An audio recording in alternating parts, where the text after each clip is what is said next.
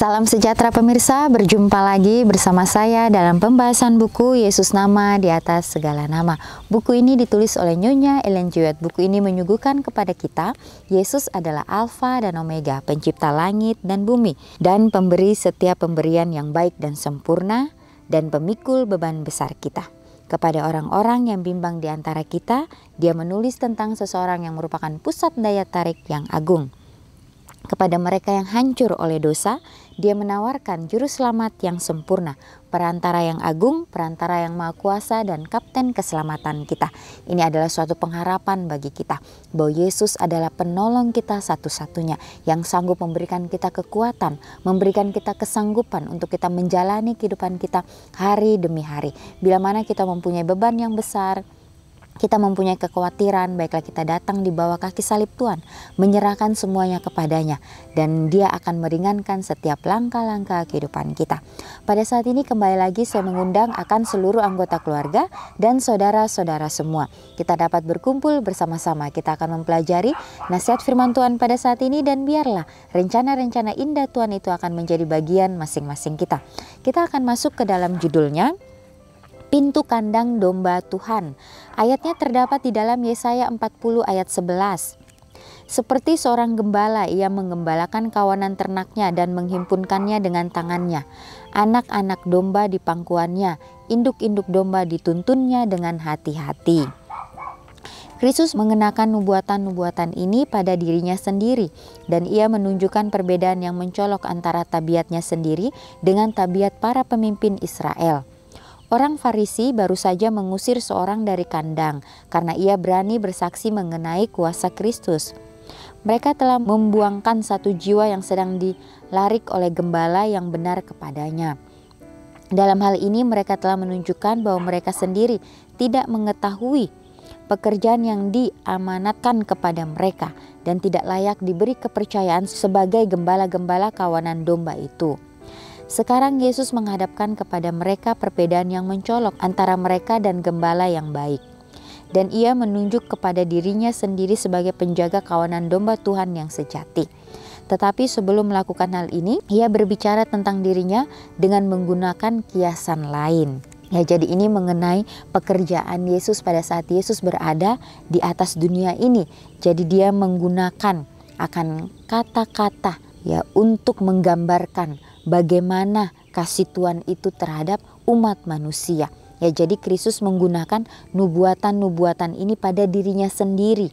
Ya, dan ia menunjukkan perbedaan yang mencolok antara tabiatnya sendiri dengan tabiat para pemimpin Israel pada waktu itu.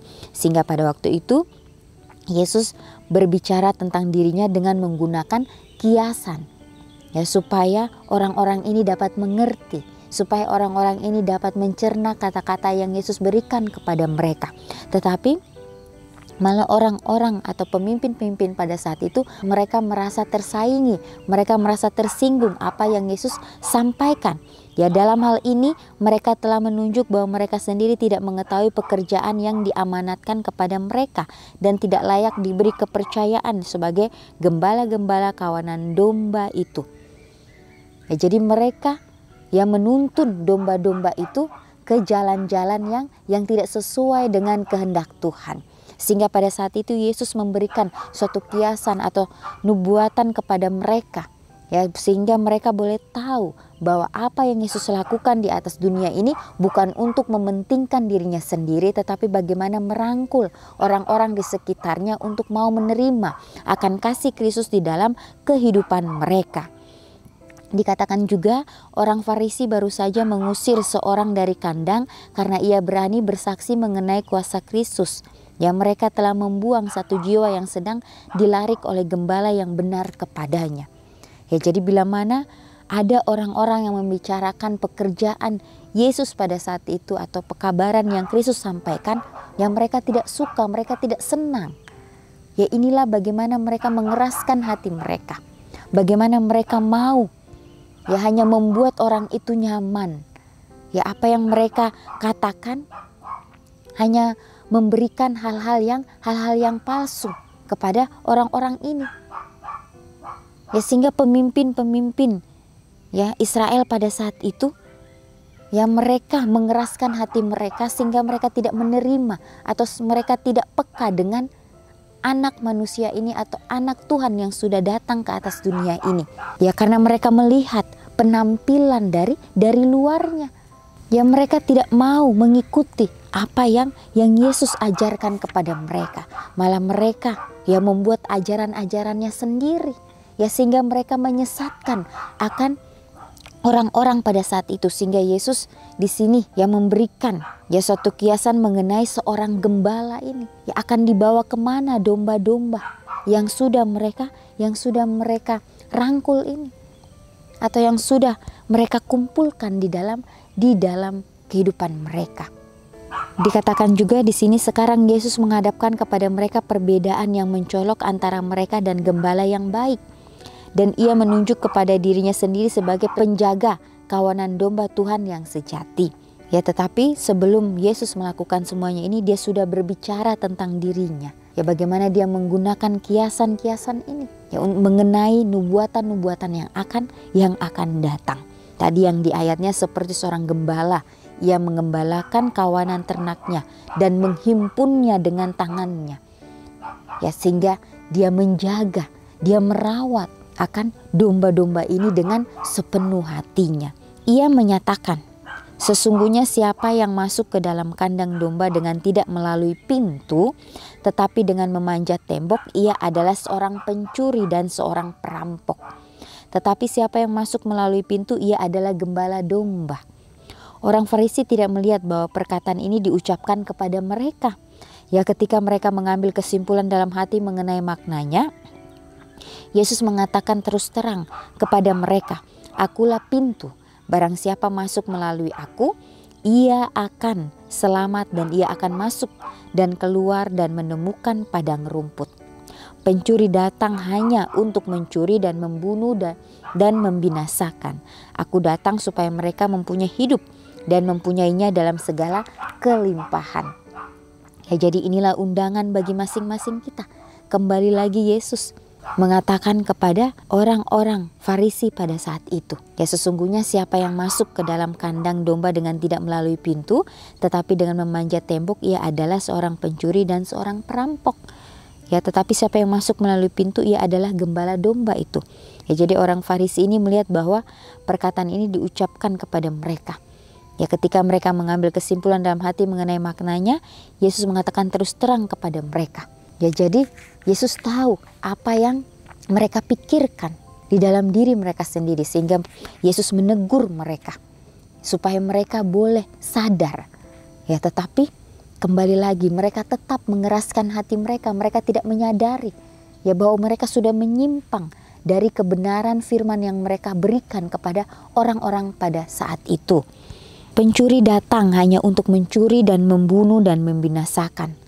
Ya, jadi kalau kita tidak benar-benar menerima akan firman Tuhan itu, kita tidak masuk melalui pintu yang Yesus sudah sediakan, maka kita akan dikatakan sebagai seorang pencuri yang datang untuk mencuri, membunuh dan membinasakan.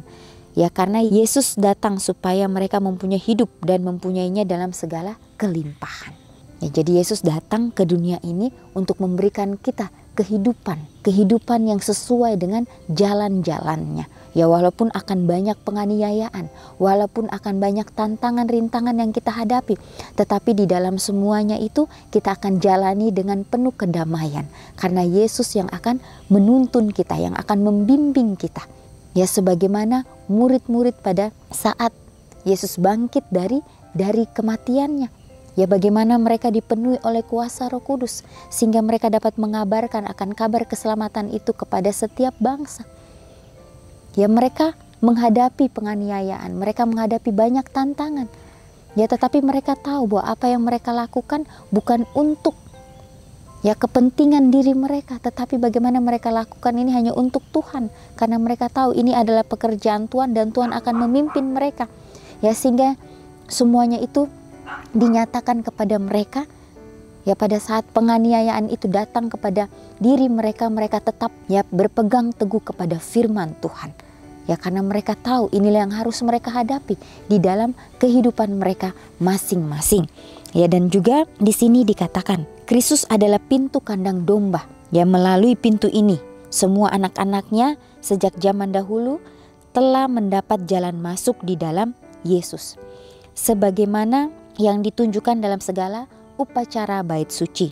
Dalam wahyu nabi-nabi sebagaimana yang dipaparkan dalam pelajaran kepada murid-muridnya dan dalam mujizat yang diadakan bagi anak-anak manusia, mereka telah memandang anak domba Tuhan yang menghapus dosa dunia, ditulis di dalam Yohanes 1 ayat 29.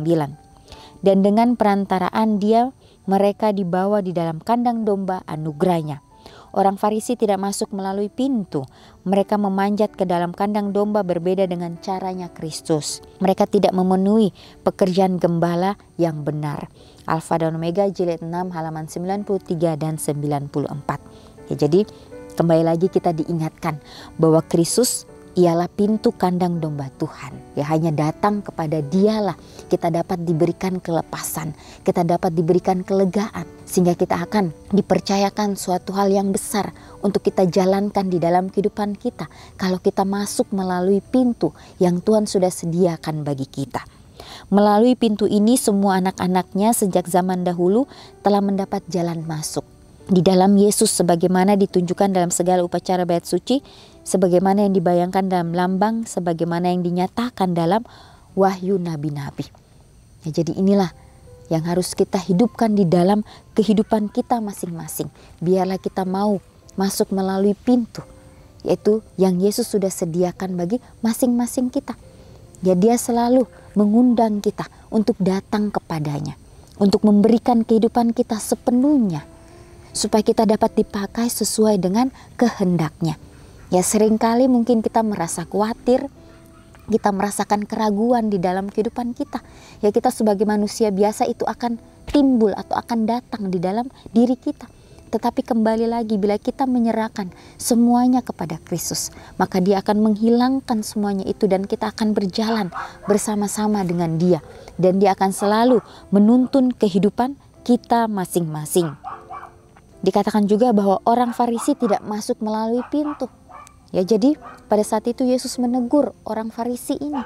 Ya Yesus menegur mereka ya bukan dengan suatu teguran yang langsung menyinggung mereka, tidak. Tetapi Yesus memberikan ya perumpamaan-perumpamaan atau kiasan kepada mereka. Supaya mereka boleh mengerti. Hal-hal ini sangat sederhana. Ya tetapi tetap saja mereka mengeraskan hati mereka. Mereka tidak mau. Mereka tetap mengandalkan diri mereka sendiri. Ya sehingga disitulah ya bagaimana si jahat ini masuk dan dapat meragukan kembali mereka. Sehingga mereka mengeraskan hati untuk tidak mau menerima ajaran yang Kristus sudah berikan kepada mereka. Mereka memanjat ke dalam kandang domba berbeda dengan caranya Kristus. Mereka tidak memenuhi pekerjaan gembala yang benar. Ya oleh karena mereka ingin ya mengambil langkah-langkah mereka sendiri. Ya akhirnya mereka pun ya terjerumus ke dalam hal-hal yang tidak sesuai dengan firman Tuhan. Ya kembali lagi mereka dirasuki oleh si jahat itu. Ya sehingga apa yang mereka lakukan mereka pikir itu benar. Tetapi di mata Tuhan itu adalah hal yang sudah menyimpang dari kehendaknya. Ya biarlah kembali lagi kita sebagai umat-umat Tuhan. Ya di zaman akhir daripada dunia ini. Kita boleh menyerahkan kehidupan kita kepadanya. Boleh meminta akan tuntunan Tuhan di dalam kehidupan kita. Supaya kita tidak salah mengambil langkah-langkah kehidupan kita. Supaya kita benar-benar mau dipakai oleh Tuhan. Untuk menyampaikan akan kabar keselamatannya itu. Ya walaupun bukan dengan kata-kata kita. Tetapi dengan tingkah laku kita. Dengan apa yang kita lakukan setiap harinya. Orang akan melihat itu. Dan mereka juga akan merasakan bagaimana tuntunan Tuhan itu di dalam kehidupan mereka masing-masing. Renungkan lebih dalam, jika Yesus adalah pintu kandang domba Tuhan, apakah peran saya sebagai gembala pengawas yang bekerja untuk dan bersama Dia? Ya jadi inilah pertanyaan bagi kita pribadi lepas pribadi. Ya baiklah kita boleh terus mengandalkan Tuhan di dalam kehidupan kita. Apapun yang terjadi dalam kehidupan kita, baiklah kita terus memandang kepada Kristus. Biarlah komitmen demi komitmen yang kita sudah ambil di dalam kehidupan kita, kita doakan itu dengan sungguh-sungguh, sehingga kita dapat mempraktekkan itu dalam kehidupan kita setiap harinya. Inilah nasihat firman Tuhan pada saat ini. Kita akan berjumpa lagi di kesempatan yang berikutnya dan Tuhan memberkati.